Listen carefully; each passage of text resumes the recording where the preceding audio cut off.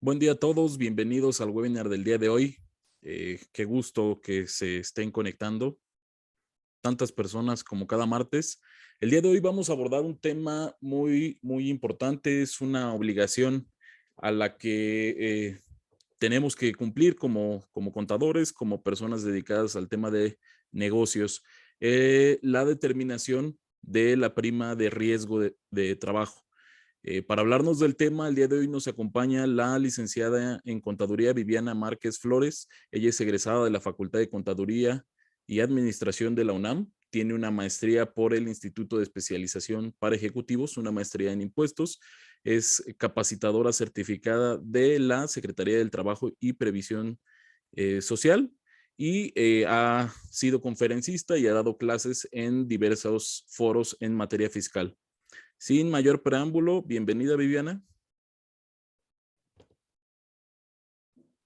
Gracias, hola, buenas tardes. Muchas gracias por acompañarnos y pues tener este gusto nuevamente de abordar temas importantes como bien comenta Daniel Valdovinos, el tema de la prima de riesgo. ¿Me pueden confirmar ahí si ven perfectamente mi pantalla? Sí, se ve bien. Ok, bueno, pues tenemos este tema de la determinación de prima de riesgo de trabajo. ¿Por qué es importante? Es importante porque muestra ante el instituto tener todas las conciliaciones necesarias para informar o determinar con base a una siniestralidad en el ejercicio 2021 que yo haya tenido durante, pues bueno, durante este ejercicio y saber si me tengo que mover de la determinación de esta rama de seguro social o me tengo que quedar ahí o si estoy obligada o si no estoy obligada a presentarla. Desde mi punto de vista, aunque no estén obligadas, yo sí les pudiera comentar independientemente de lo que vamos a desglosar en esta presentación, que la presenten, porque una cosa es pues la parte opcional, pero esa opción a veces nos mete en problemas, porque quizás por no hacer el ejercicio, porque supuestamente no estoy obligada, al momento de dejar de hacer la conciliación, que supuestamente mi trabajador no me trajo, no me avisó, que en su momento tuvo algún incidente o al Seguro Social, y a él porque se le olvidó, porque ya se sintió mejor, etcétera, etcétera, etcétera, nunca le terminó de dar seguimiento y posiblemente puede ser que sí me hayan fincado pues un formato de siniestralidad y pues yo no me di cuenta. Entonces, para mí sí es importante recomendarles que esta opción que tienen de no presentarla, ¿no? En los puestos que vamos a ver más adelante, pues bien, lo hagan, pero más a tema de confirmar que en efecto no se mueve su determinación y ya ustedes tomar la decisión de decir, bueno, pues si ya revisé y no tengo ningún evento de siniestralidad, efectivamente ya cotejé toda la información, pues no la presento. Pero por lo menos es no la presento, no dejo de hacer mi procedimiento correspondiente. Aquí como fundamento principal, el fundamento principal legal radica en el artículo 18 del reglamento de la Ley del Seguro Social. ¿Por qué hago énfasis en esto y no en todos los demás artículos? Porque realmente el reglamento es quien me obliga a tener una autodeterminación. No debemos de olvidar que la prima de riesgo me permite autodeterminarme o elegir esa clase de riesgo de trabajo con base en el giro que dice o que trato de homologar en el acta constitutiva y en la constancia de situación fiscal. Entonces, yo ahí tengo que ver que si soy una empresa administrativa, pues quizás me pueda pegar a la prima de riesgo media, o que si soy una constructora, pues me tocará la máxima. Pero eso lo van a determinar, lo van a autodeterminar desde un punto de vista de sus actividades y de lo que diga su acta constitutiva. Este fundamento es importante porque es el que me obliga insisto, a autodeterminarme, pero también a hacer esta parte de la declaración que tenemos pendiente, declaración anual de riesgo de trabajo, que es la que vamos a estar abordando.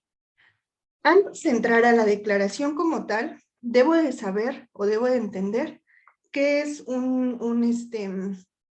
qué es el riesgo de trabajo. Les voy a comentar que en materia de seguridad social hay dos tipos de regímenes que se establecen en la ley del Seguro Social. Este régimen es el obligatorio y el opcional. ¿Cuál es uno y cuál es otro? El obligatorio es el que rige al patrón, el que obliga a que como patrón, si yo tengo a mis trabajadores en una subordinación laboral, me tengo que ver obligado a hacerlos sujeto de aseguramiento. El régimen obligatorio es el que involucra totalmente a la determinación de la prima de riesgo. ¿Por qué?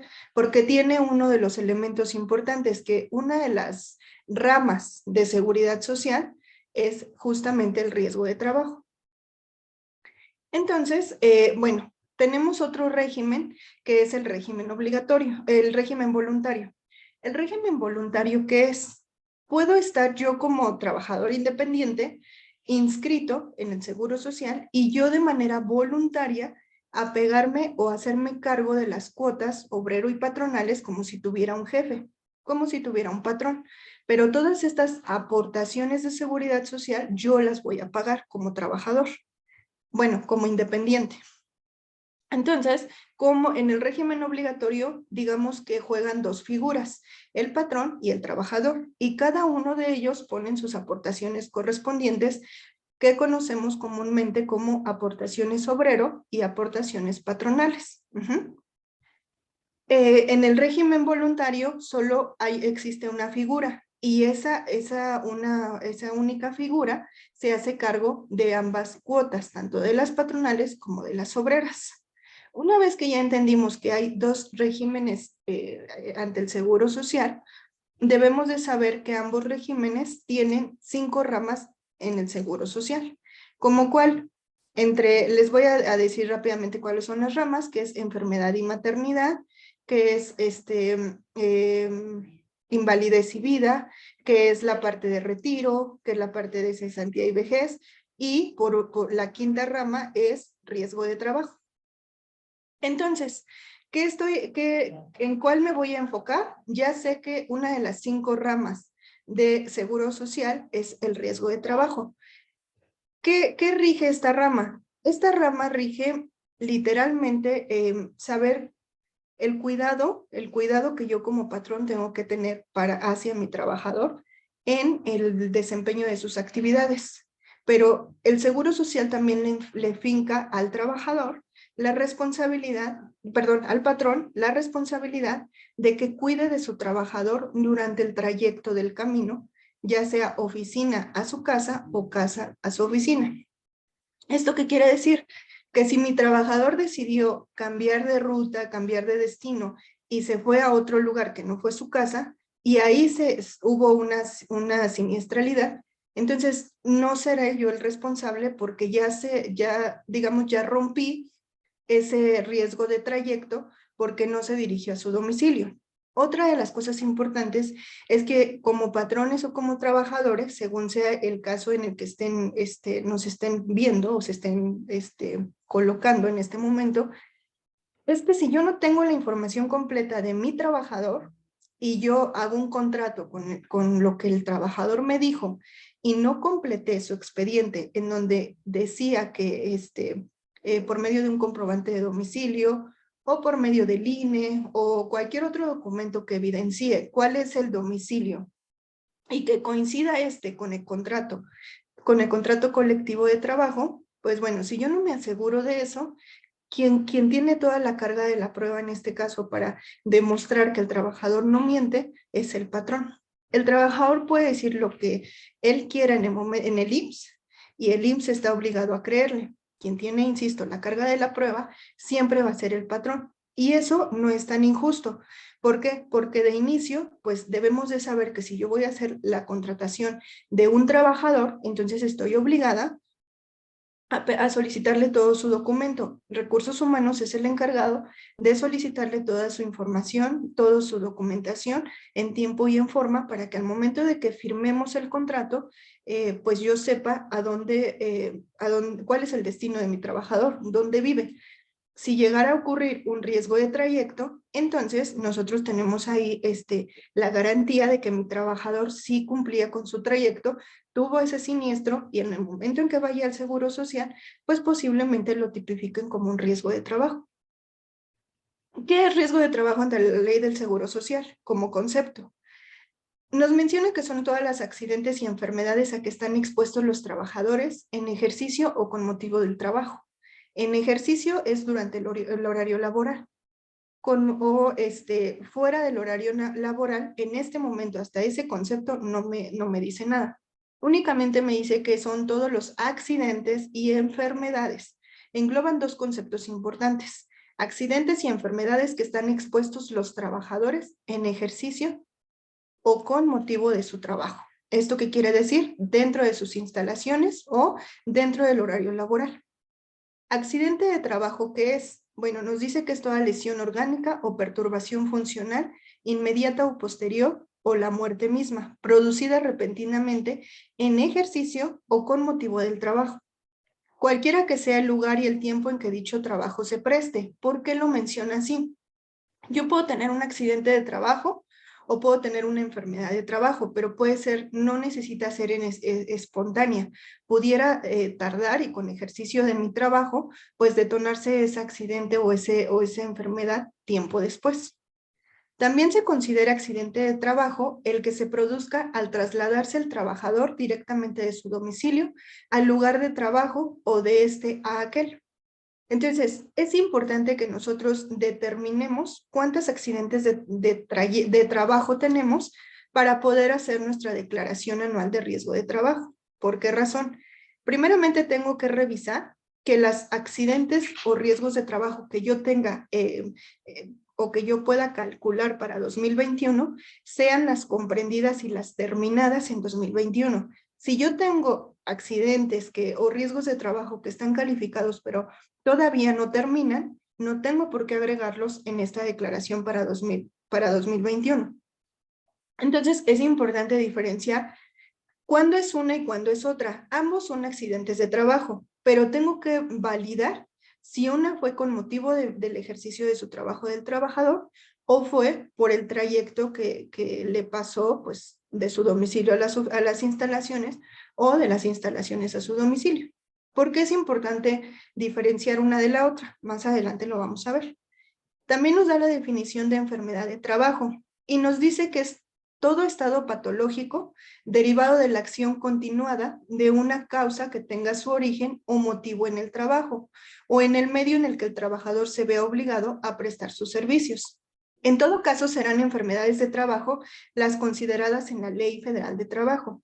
En la Ley Federal de Trabajo nos enlistan cuáles son las enfermedades que son originadas, derivadas de una, como bien lo comenta esta redacción, es una acción continuada. Por ejemplo, en algún momento tuve la oportunidad de tener un trabajador que se empezó a quejar de mano derecha, clic, dedo índice. Bueno, pues este trabajador se empezó a quejar y se empezó a quejar porque él era técnico, él era un diseñador, pero él era un trabajador técnico. Entonces, era tanto el uso continuo del mouse que, bueno, pues el Seguro Social decidió determinar que había una enfermedad de trabajo precisamente fundamentando esta parte de la ley. Fue derivado de la acción continuada de una causa. Él, por tanto, estar usando el mouse, bueno, pues llegó un momento en donde el dedo índice pues, definitivamente ya no le respondió y él solo refería que le dolía. Cuando hicieron el cuestionario, lo tipificaron como una enfermedad de trabajo. Entonces, no necesariamente, como les comentaba, tiene que ser espontánea, sino puede ser derivada de de un uso continuado, ¿no? Una vez que nosotros tenemos la notificación que el trabajador a lo mejor nos dijo, oye, ¿sabes qué? tuve un incidente y tuve que venir al Seguro Social porque fue de trayecto o porque fue dentro de las instalaciones, cargué mal una caja y me dolió la espalda, como ven ahí en la imagen, ¿no? Y voy a ir al IMSS y seguramente me van a dar una incapacidad por riesgo de trabajo.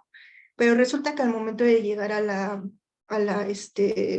Seguro Social, con el cuestionamiento que le hace un especialista, pues el especialista determina que no es un riesgo de trabajo. ¿Qué va a pasar ahí? Bueno, pues el trabajador tiene la posibilidad de interponer el recurso de inconformidad por la calificación del accidente o de la enfermedad. Otro caso que tuve oportunidad de ver es justamente lo que les comentaba. Tenemos trabajadores que deciden desviar, ¿no? Por alguna fiesta, por algún compromiso que ellos tenían, deciden desviar la ruta del trabajo a su casa. En ese momento, pues bueno, este trabajador tuvo un incidente y al momento de que nos pidieron el contrato y al momento de que nos pidieron el comprobante de domicilio y al momento de que al patrón se le cuestionó si el patrón había indicado que el trabajador saliera a un mandado, por así decirlo, o alguna asignación de alguna actividad, y cuando el patrón dijo que él no, pues no le encomendó ninguna tarea fuera de sus instalaciones, entonces fue que el Seguro Social o el experto en este tema determinó que no era riesgo de trabajo. Entonces el trabajador ahí puede interponer el recurso de inconformidad porque él puede decir, pues, que a lo mejor estaba cerrada la ruta y dio alguna, alguna ruta alterna, etcétera. Pero todo eso lo tiene que justificar. Inclusive cuando tú estás en análisis de ese riesgo de trabajo, te piden que hagas un croquis en donde pues hayas marcado tu ruta en los de trayecto. Cuando es dentro de las oficinas también se hace un estudio y se determina si es riesgo de trabajo o no y tendrás el mismo derecho como trabajador para interponer el recurso de inconformidad. En todo momento debería de estar informado el patrón. Sin embargo, hay ocasiones en donde el trabajador, porque ya no le dio tiempo, porque no quiso, por lo que ustedes me digan, ya no le dan continuidad. Esto no quiere decir que si se hizo un alta de un dictamen para riesgo de trabajo, no va a continuar. Ya se quedó como incidencia. Por eso hay muchos patrones que dicen, bueno, si te lastimaste, si pasó esto, pues mejor ve a un particular. ¿Para qué? Para que no me aumentes la prima de riesgo de trabajo. Pero esto no es una opción, porque todo eso si lo llegara a decir el trabajador, ¿qué va a pasar? Bueno, pues va a pasar que el IMSS me pudiera sancionar a mí como patrón. Y además de eso, como patrón, no me liberaría de las responsabilidades que pudiera llegar a tener el trabajador. Por eso es importante que como patrón yo tenga cubierto a mi trabajador, porque también el IMSS de alguna manera me respalda y me libera de las obligaciones subsecuentes.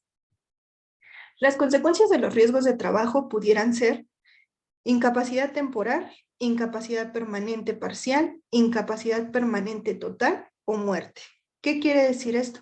Bueno, pues que si yo tengo un trabajador ya tipificado o calificado con un riesgo de trabajo, le pudieran emitir las diferentes incapacidades, las diferentes 3 incapacidades que vemos ahí, o bueno, pues ya hablando de muerte, entraría a otra regulación.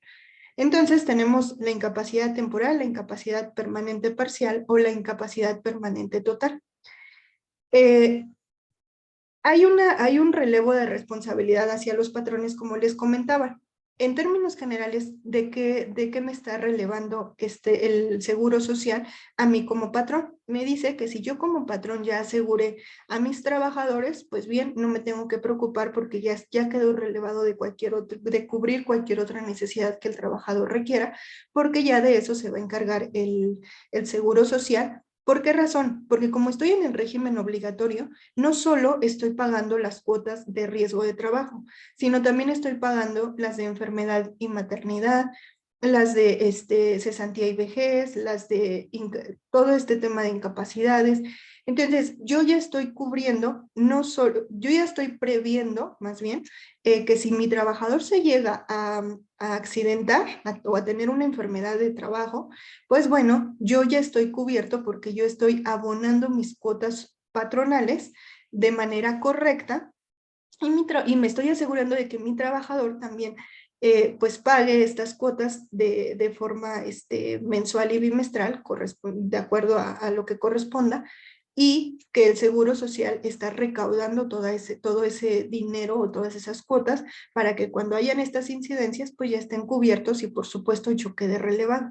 ¿En qué momento no voy a quedar relevado como patrón? Pues evidentemente cuando no los aseguré, cuando los lleve a un particular en lugar de que el inicio del riesgo de trabajo sea en el Seguro Social. Por eso es importante que ustedes evalúen, pues tanto como trabajador y como patrón, si el riesgo es leve y yo lo estoy mandando a un médico particular, hasta dónde me conviene hacerlo y hasta dónde no. Porque si bien es cierto, no se te va a elevar tu prima de riesgo de trabajo porque no vas a reportar ninguna siniestralidad. Pero si lo comparas con el costo que vas a pagar pues en una consulta privada, medicamentos, adicional al sueldo de tu trabajador, pues ¿qué te conviene más? Sí reportar esa siniestralidad o quedarte con todos los cargos al 100% como patrón. Entonces, esto es importante. Tenemos, dentro de este seguro de riesgo de trabajo, tenemos prestaciones en dinero y prestaciones en especie. Es importante que ustedes sepan por qué el Seguro Social me está pidiendo que yo determine una declaración de riesgo de trabajo. El Seguro Social, con todo lo que yo le doy de aportaciones, debemos de saber que el riesgo de trabajo es una cuota totalmente derivada del patrón. Ahí no contribuye el trabajador, solamente para riesgo de trabajo. ¿Y qué cubre las cuotas que yo como patrón estoy pagando mes a mes por concepto de riesgo de trabajo? Bueno, pues derivado de esas cuotas que yo como patrón le estoy pagando al IMSS, mi trabajador va a tener derecho a una asistencia médica, quirúrgica y farmacéutica, servicio de hospitalización, aparatos de prótesis y ortopedia y rehabilitación. Esas prestaciones son en especie, no las ve mi trabajador, pero al final sí se las estoy otorgando. Las prestaciones en dinero es que en el caso de una incapacidad temporal, mi trabajador va a percibir el 100% del riesgo de trabajo mientras esté incapacitado. Para la incapacidad permanente total y parcial tienen otro tipo de cálculo porque tiene que ser con base al último año de semanas cotizadas. Pero al final de cuentas, si yo tengo una incapacidad temporal, digamos que el instituto le va a pagar a mi trabajador el 100% de su salario base de cotización. Segundo punto que nos ocupa. Si yo tengo a mi trabajador con un salario menor al que en verdad está ganando, el IMSS solamente le va a cubrir el reportado ante el instituto. Por eso es importante validar nuevamente. Me queda claro que hay algunas empresas que toman la mala decisión de decir, te voy a dar de alta con el 50% y el otro 50% no. Pero bueno, ¿en dónde me va a impactar? En que al momento de que le entreguen su incapacidad en dinero a mi trabajador, esa prestación va a ser al 100%, pero de la mitad de lo que gana. Y al final, como patrón, pues van a tener que absorber la otra mitad. Pero si eso se le llega a decir mi trabajador al Seguro Social, pues empiezan a fincarles créditos, empiezan a fincarles responsabilidad, empiezan a fincarles muchas cosas que los podrían meter más en problemas que en tratar de solucionar pues vaya, un problema, ¿no? ¿Cómo determinamos la prima de riesgo? Ya saben para qué se determina. ¿Para qué se va a determinar? Pues para saber principalmente la siniestralidad que yo tuve en el ejercicio anterior. ¿Cuál es ese ejercicio anterior? 2021, que se declara en 2022. ¿Cómo voy a determinar esa prima de riesgo? Es importante que no se estresen tanto por el cálculo. De hecho, hay un manual que les vamos a proporcionar en donde pues prácticamente están las pantallas de cómo se hace la determinación de prima de riesgo. ¿Pero en dónde? Tenemos un sistema que brinda el propio Seguro Social que se llama SUA. Ese sistema es un sistema único de autodeterminación. Ese sistema yo lo voy a estar manipulando. ¿Por qué manipulando? porque el Seguro Social no sabe si en esa quincena mi trabajador tuvo ausencias, tuvo incapacidades, tuvo alguna justificación, bueno, alguna inasistencia justificada, no justificada, tuvo algún crédito del Infonavit. Toda esa historia se calcula en el Sistema Único de Autodeterminación, mejor conocido como SUA. Si yo no tengo un historial de lo que pasa en la empresa versus lo que contiene este sistema, en el momento en que yo diga, pues, según el sistema, no estoy obligado a presentar declaración de prima de riesgo, según el sistema. Sin embargo, si yo no hago esa comparativa de decir, ok, voy a permitirme descargar del escritorio virtual o del ITSE las emisiones mes con mes, o voy a meterme en el escritorio virtual, tengo la posibilidad de obtener mi opinión de cumplimiento. Si yo no hago esa conciliación, si yo no descargo esas emisiones, ¿qué es lo que va a pasar? Bueno, pues lo único que va a pasar es que, según yo, como mi trabajador nunca me notificó que fue al IMSS y que le hicieron un cuestionario para determinar si había alguna siniestralidad, perdón, y no tenían ese documento que decía que fue un riesgo de trabajo, es algo que el trabajador debería de hacer, pero como yo tampoco tengo la seguridad de poder generar esa verificación y no declaro mi determinación de prima de riesgo, pues tengan por seguro que en el mes siguiente a que se debe de presentar esta declaración, me estará llegando una notificación en donde me digan que no estoy cumpliendo con la prima correspondiente, por lo cual el IMSS no se va a detener a preguntarme si es correcto o si no es correcto, que ya tuve la oportunidad de validar esta información. Lo que va a suceder es que me va a actualizar mi información. Esta es la fórmula que nosotros validamos, o más bien que nosotros implementamos para determinar la prima de riesgo. ¿Qué es lo que arroja en términos generales esta fórmula? Que con base a la siniestralidad que yo tuve en un año, con base a esa siniestralidad y con promedio a lo que un trabajador tiene de vida activa, que en este caso, ¿cuál es la vida activa que tiene un trabajador? Pues la vida activa de un trabajador, según el IMSS, es de 28 años. Esa es la vida promedio activa que tiene un trabajador ante el Seguro Social. Entonces, esa siniestralidad durante un año o que comprendió durante ese año y que fue determinada en promedio con la vida de mi trabajador, me va a dar ese factor de siniestralidad. Sin embargo, esto no hay que hacerlo a mano. Únicamente les quisimos mostrar cuál es la fórmula, pero ahorita les voy a mostrar cuál es la forma de poder determinar esta prima de riesgo. En términos generales, pues aquí con la presentación, una vez que la obtengan, como siempre, pues van a poder saber cómo se integra esa fórmula de prima de riesgo y que no es tan difícil de poder determinar mi prima de riesgo. Ahora vamos a ver esta parte de la prima de riesgo en cuestión de una empresa de nueva creación. Es importante tener listos todos estos elementos porque tengo que saber si soy una empresa nueva, si soy una empresa que cambió de actividad, si no soy nueva pero cambié de actividad.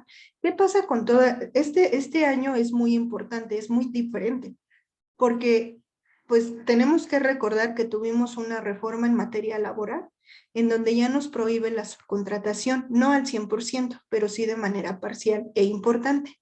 Entonces, ¿qué pasó con en ese trance de esta reforma?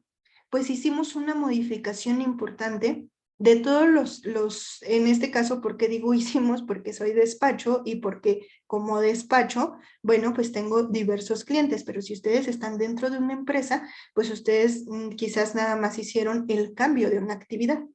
Entonces, ¿qué está pasando? Que a lo mejor tuvieron que cerrar o tuvieron que dejar esas empresas porque prohibían la subcontratación y puede ser que ellas tenían ese giro de subcontratación y quizás esas empresas, una sola empresa que se dedicara a la subcontratación podía tener hasta 5 registros patronales.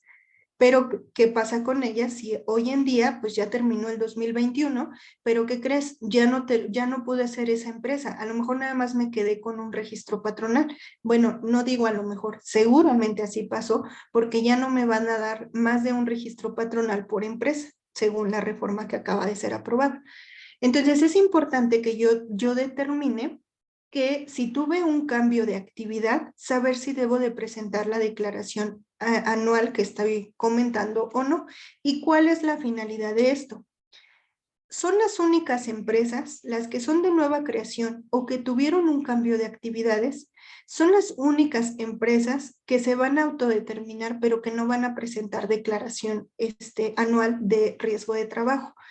Repito, son las únicas empresas o los únicos contribuyentes o los únicos patrones que estarán exentos de presentar esta declaración anual de determinación de prima de riesgo. Y su fundamentación o su lógica radica en que, como yo les comentaba, esta declaración anual ampara un ejercicio, el siniestro de un ejercicio. Yo tuve que haber operado un año completo para saber si tuve siniestros en ese ejercicio o no. De otra manera, la fórmula que les mostré anteriormente va a estar incompleta. Por lo tanto, ahí no estoy obligada.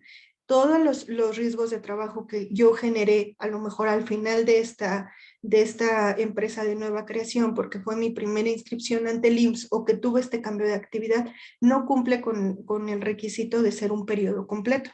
Al no cumplir con ese requisito, son las únicas que no están obligadas.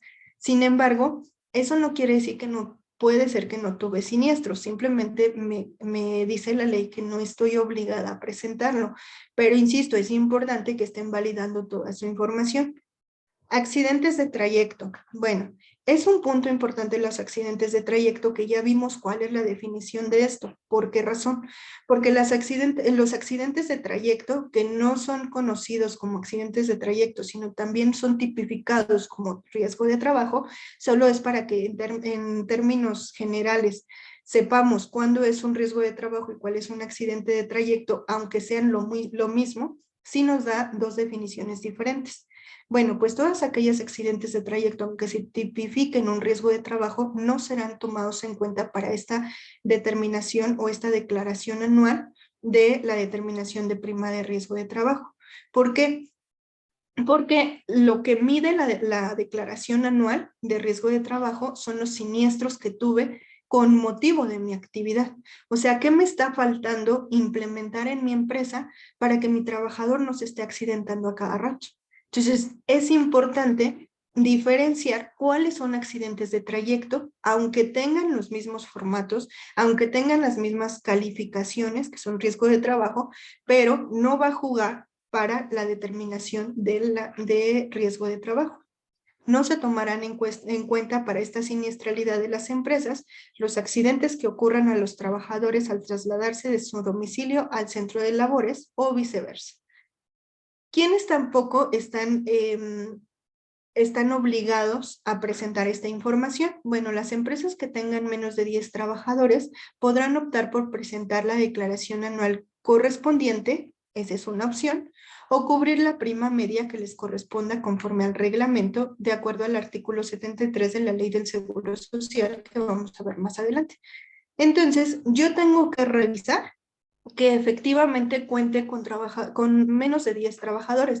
Sin embargo, aunque la ley me dice que puedo optar por presentarla o no presentarla, ¿qué es lo que yo les sugiero? Que aunque sean 10 trabajadores, si no tuvieron incidencias, y si ustedes deciden no presentarlas, está bien, por carga de trabajo está bien, pero sí validen que efectivamente, aunque sean menores de 10, no tengan estas siniestralidades. ¿En dónde lo van a validar?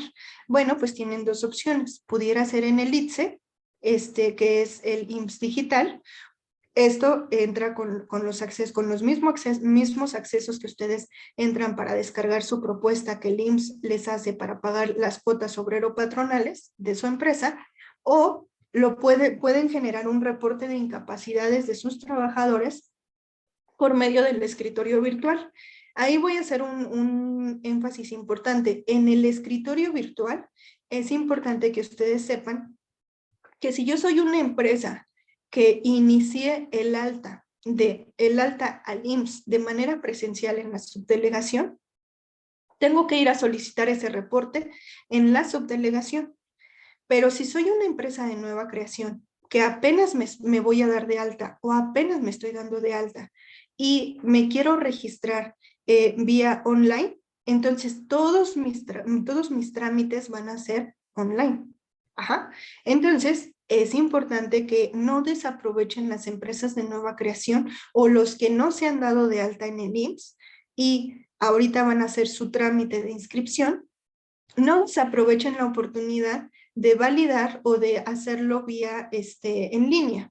¿Por qué razón? Porque entonces todos los trámites que ustedes estén haciendo va a quedar en línea. Ya no tienen que mandar al representante o al apoderado, al mismo patrón. Ya no le tienen que quitar ese tiempo, o ya como patrón no tengo que estar perdiendo ese tiempo en la subdelegación. Son los mismos trámites, solamente es la forma de dar el alta. Entonces, eso es importante que no lo pierdan de vista.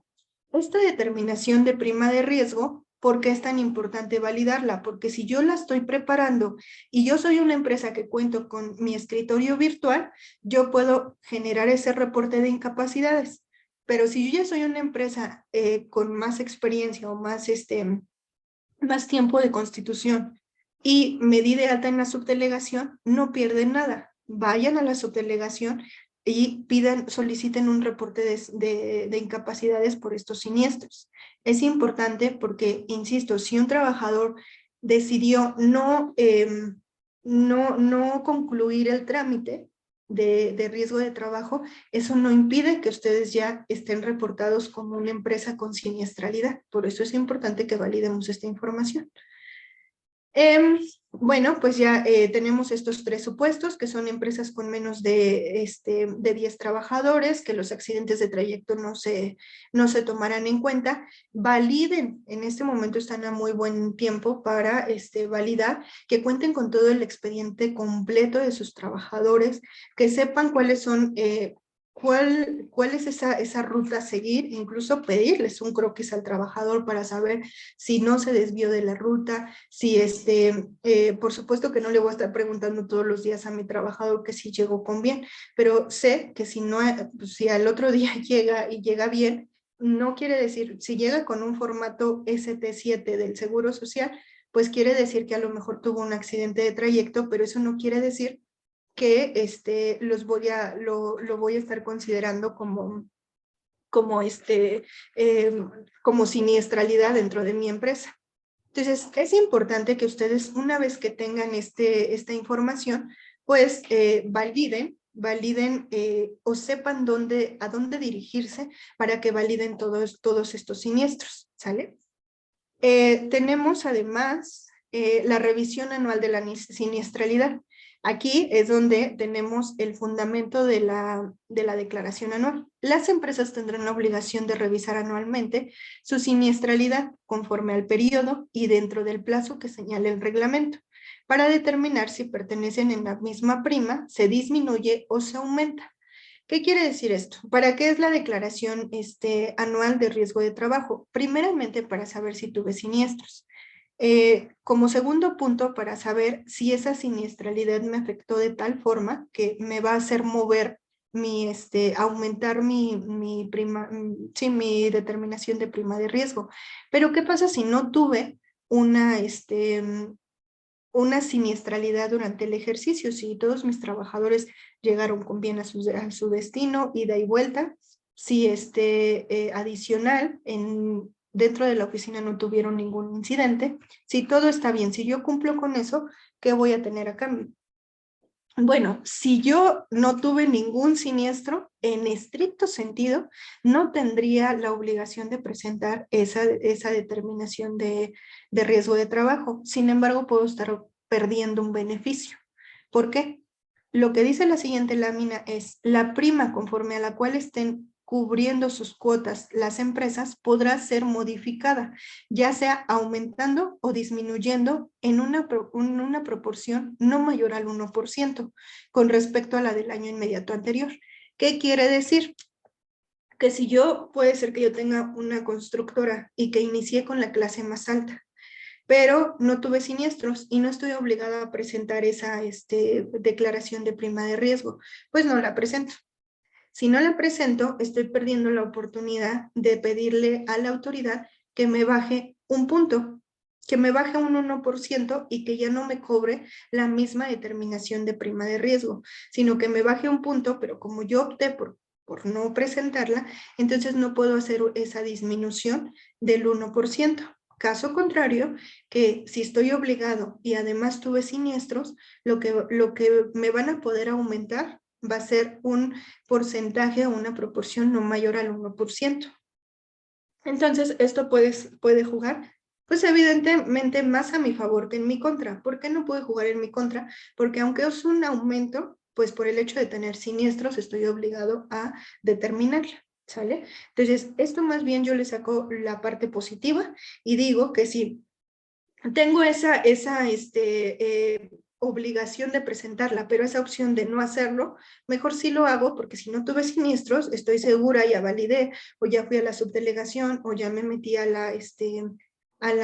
escritorio virtual y ya revisé que efectivamente no tengo adeudo alguno o no tengo reporte de estos formatos, pues es importante que yo le solicite a la autoridad, o más bien le notifique a la autoridad que derivado de que tengo a lo mejor una clase 3 o una clase 5, que por no haber tenido siniestros me baje un punto o un 1%. ¿Qué es cuáles son las clases de riesgo en porcentaje? Bueno, pues tenemos 5 clases, seguimos teniendo 5 clases de riesgo, que va desde el 0.5% hasta el 7.5%. Imaginen que ustedes tienen la alta, la clase 5, que es la 7.5. Si hablamos de un 7.5 y me dicen que me disminuyen un punto, pues ya son 6.5. Si eso lo multiplican por el salario base de cotización de cada uno de sus trabajadores por 30 días, créanme que sí es un gran ahorro. Esa es una forma que como contadores, si es que nos están acompañando, ya sea como profesionistas, que como contadores le podemos ayudar al patrón y decirle, te puedo ahorrar el 1% de tus cuotas obrero-patronales por el simple hecho de haber revisado, aunque no estaba obligado, a, eh, a bajarte un 1% de esa clase de riesgo que pagabas y que ahora ya no vas a pagar. O sea, te estoy disminuyendo un 1% por trabajador, de acuerdo a la clase de riesgo que tengo determinada. 2, si yo estoy en la clase 1, que es del 0.5, no me va a bajar nada. Lo único que va a pasar es que me va a seguir manteniendo ese porcentaje, que es el más bajo, ¿sale? Entonces, es importante, insisto, que hagamos esa validación. Esta es como la parte teórica. La parte práctica, ahorita lo vamos a ver a través de un manual, cómo se hace directamente del SUA. Sí les encomendaría o sí les recomendaría que hagan una revisión para que ustedes primeramente vean si tienen escritorio virtual. ¿Qué es el escritorio virtual? Bueno, pues es un medio en donde yo puedo exactamente lo mismo que yo hago en la subdelegación de manera presencial, lo hago de manera digital. Entonces, de esa manera digital me puedo estar apoyando porque la autoridad me pone todos los servicios a disposición. Puedo hacer solicitudes, puedo hacer notificaciones, puedo hacer consultas, puedo reportear, ¿no? Como este tipo de cosas, de siniestralidades, puedo emitir reportes, puedo obtener mi opinión de cumplimiento. Todo eso es lo que yo puedo hacer en el portal del IMSS. Si yo no tengo esa facilidad, bueno, pues como les comentaba, pueden ir a la subdelegación y obtener todos esos reportes de manera anualizada para que cuando yo tenga que solicitar esta información, que declarar esta información, pues ya cuente con todos esos documentos o con todos esos datos para hacer un cumplimiento correcto. Entonces, hasta aquí, digamos que es como lo teórico. Denme oportunidad de proyectarles el manual que les quiero enseñar.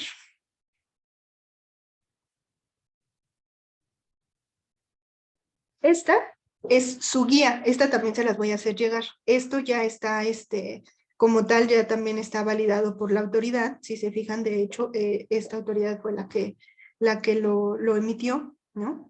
La presentación por internet generada por medio del SUA y enviada a través del ITSE. Es importante que las herramientas, que sepan ustedes que las herramientas que van a utilizar para hacer su declaración anual de la determinación de prima de riesgo, principalmente es el SUA, pero adicional se tienen que meter a reportear en el escritorio virtual del IMSS. Van a tener que solicitar toda esa información del reporte de riesgos de trabajo, de incapacidades, toda esa parte. En cuanto al ITSE, ¿por dónde envío esta declaración? Bueno, la voy a enviar desde el IMSS digital, ¿no? Que es el ITSE. Entonces, ¿qué voy a necesitar? Voy a necesitar el SUA, que estuve alimentando todo el año. Voy a necesitar los accesos del ITSE y voy a necesitar los accesos de mi escritorio virtual si es que me aplica. Lo van a poder revisar y validar. Bueno, todo se los voy a dejar porque esto ya es más práctico. Cómo generar su determinación de prima de riesgo de trabajo de manera automática directamente del SUA. Y cómo la voy a enviar por medio del ITSE. Esto ya es más práctico, pero esto se lo hacemos llegar para que vayan junto con su sistema, lo abran y vayan siguiendo todos estos pasos. Una vez que ustedes ya analizaron toda la información que vimos durante este webinar, pues bien, ya podrían generar toda esta declaración como tal y enviarla de manera, pues ya lo más pronto posible porque ya se está venciendo el plazo. ¿Por qué? Tenemos como plazo hasta el día 28 de febrero, que es déjenme revisar, es el lunes 28 de febrero. Entonces, como no cae ni en viernes y como no es día inhábil, entonces sí, ese es el último día efectivo para presentar esta declaración. Sin embargo, con estos pasos y este manual que tenemos la posibilidad de obtener y que está validado por la autoridad, pues bien, podemos determinarla en, no sé, a lo mejor por muy tardado en 3 horas. Siempre y cuando nuestro SUA venga completo, siempre y cuando no hayamos hecho cambio de un contador, ¿no? A mitad del ejercicio y no le solicitamos esta información.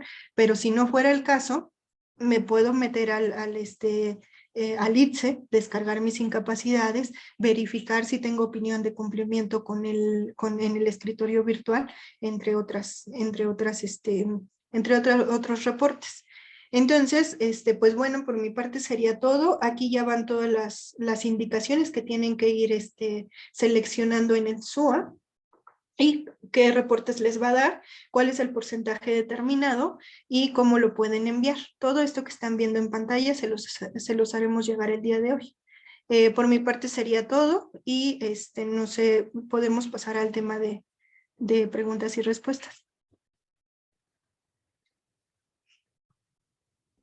Gracias, Viviana. Como siempre, la exposición pues bastante ilustrativa. Por acá nos hacen llegar algunas preguntas. Recuerden que este espacio se alimenta sobre todo con sus dudas, con sus comentarios. Es muy importante lo que ustedes nos puedan aportar para que este espacio se enriquezca, ¿no? Y aprender todos de todos. Nos comentan, Viviana, si se puede dar el servicio de administrar una nómina, determinar la prima de riesgo, si podemos asesorarlos nosotros en esa materia. Sí, claro, desde luego. Si gustan ya de manera privada, nos pueden dejar sus datos y hacer una asesoría personalizada con todo gusto. Gracias. Comenta Eva García. Buen día, yo tuve un caso donde el trabajador tuvo un incidente que en la hoja inicial de incapacidad le pusieron enfermedad, pero en la siguiente hoja de incapacidad decía posible riesgo de trabajo y la tercera enfermedad general. El SUA lo alimentamos como enfermedad general, sin embargo el IMSS lo terminó como riesgo de trabajo, entonces me notificó después de presentar la declaración anual con su multa respectiva. Acudimos a aclarar, pero nos dijeron que metiéramos un juicio. Ahí es importante que siempre esperemos, siempre van a tener dos formatos. El ST7 es un formato que tienen que tener bien presentes como patrones y como trabajadores. Si les voy a hablar a los patrones, el ST7 es la calificación de probable riesgo de trabajo. Entonces, si mi trabajador me dijo que fue al IMSS y que llenó un formato que se llamaba ST7, ya ni le dude, ¿no? Es un probable riesgo de trabajo. Y cuando lo den de alta, le van a entregar un formato que se llama ST2. Si ustedes cuentan con ese formato, es 100% determinado y calificado un riesgo de trabajo.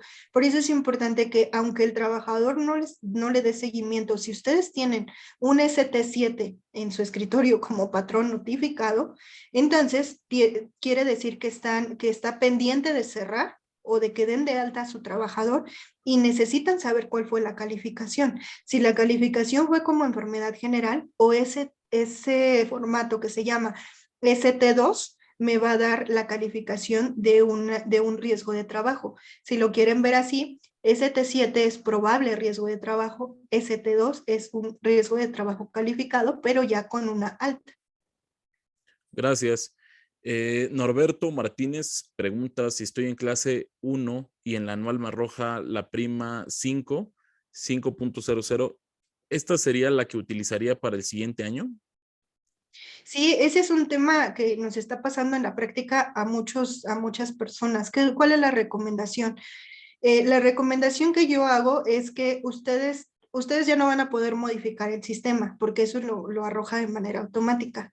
Lo que podríamos hacer es presentarla para cumplir con la obligación, presentarla con la 5.0, pero esperar a la emisión del ITSE, a la primera emisión del ITSE, porque recuerden que les comentaba que la determinación, que el seguro de riesgo de trabajo se paga de manera mensual.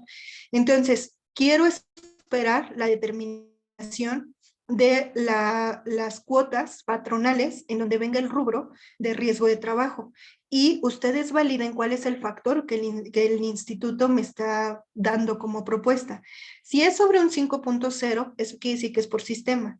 Si tengo un 0.54355, entonces, ¿qué quiere decir eso? Que tengo que meter una aclaración directa con la autoridad para saber cómo corrijo esta información si el SUA no me lo está permitiendo.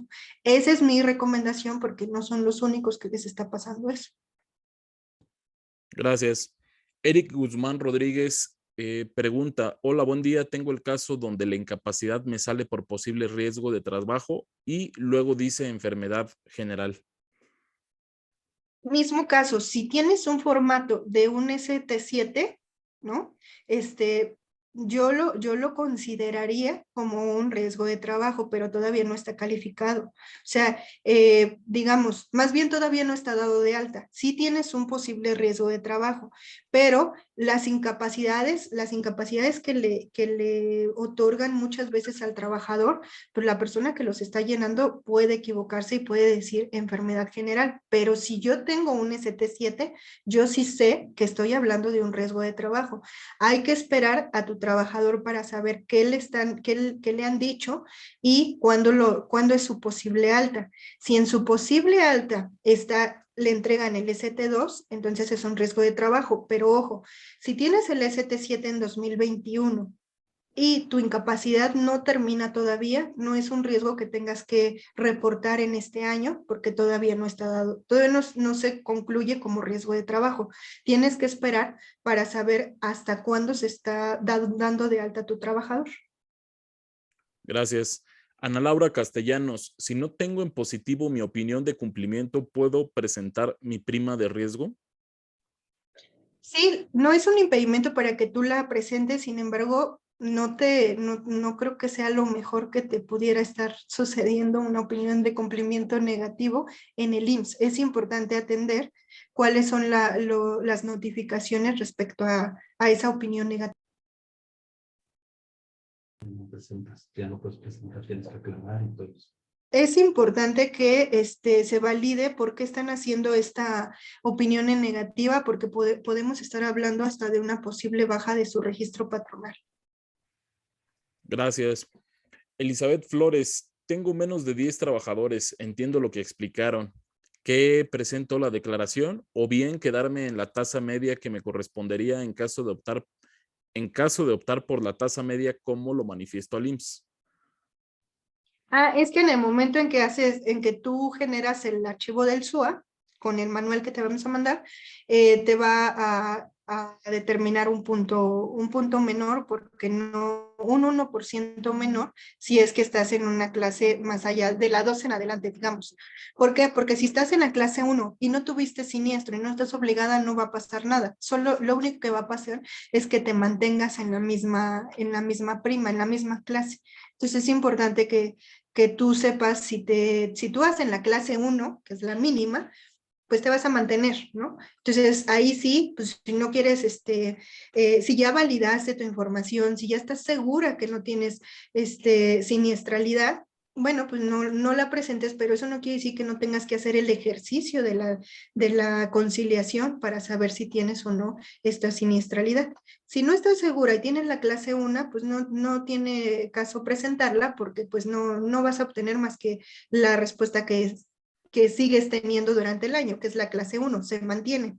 Si tienes de la clase 2 en adelante, ahí sí preséntala, porque aún y cuando no estás obligada, pudieras tener un punto menos, ¿no? De pago de cuotas. Entonces, es importante que veas desde dónde estás. No es que estés obligada, sí, no te obliga, pero desde dónde te conviene o no hacerlo.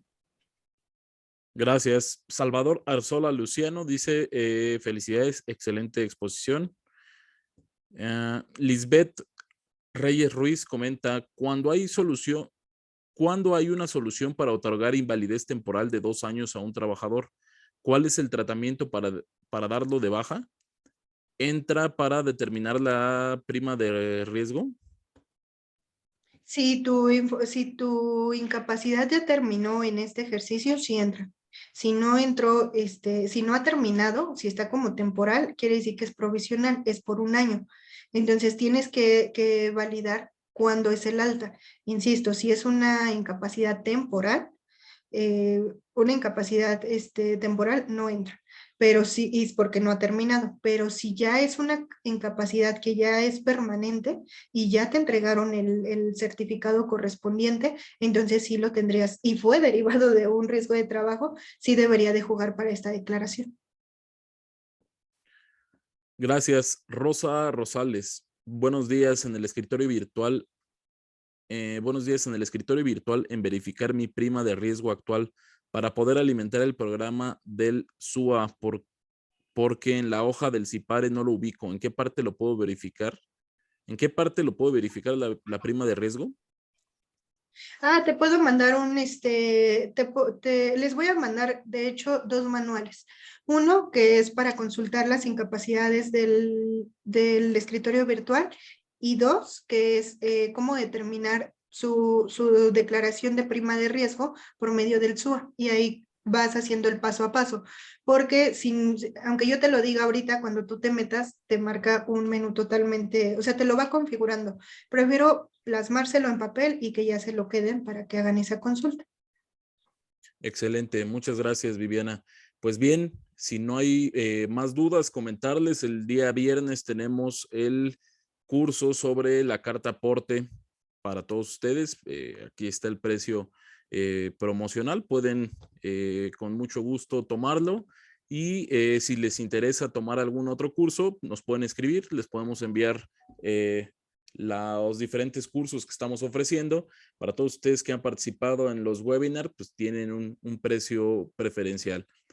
También si hay alguna duda, alguna consulta en la que les podamos ayudar, estamos a su completa disposición. Por aquí hay otra pregunta más que hace Héctor. Con la reforma del outsourcing, los registros patronales que se quedaron sin empleados, pero aún están activos, ¿se requiere presentar la determinación de la prima de riesgo?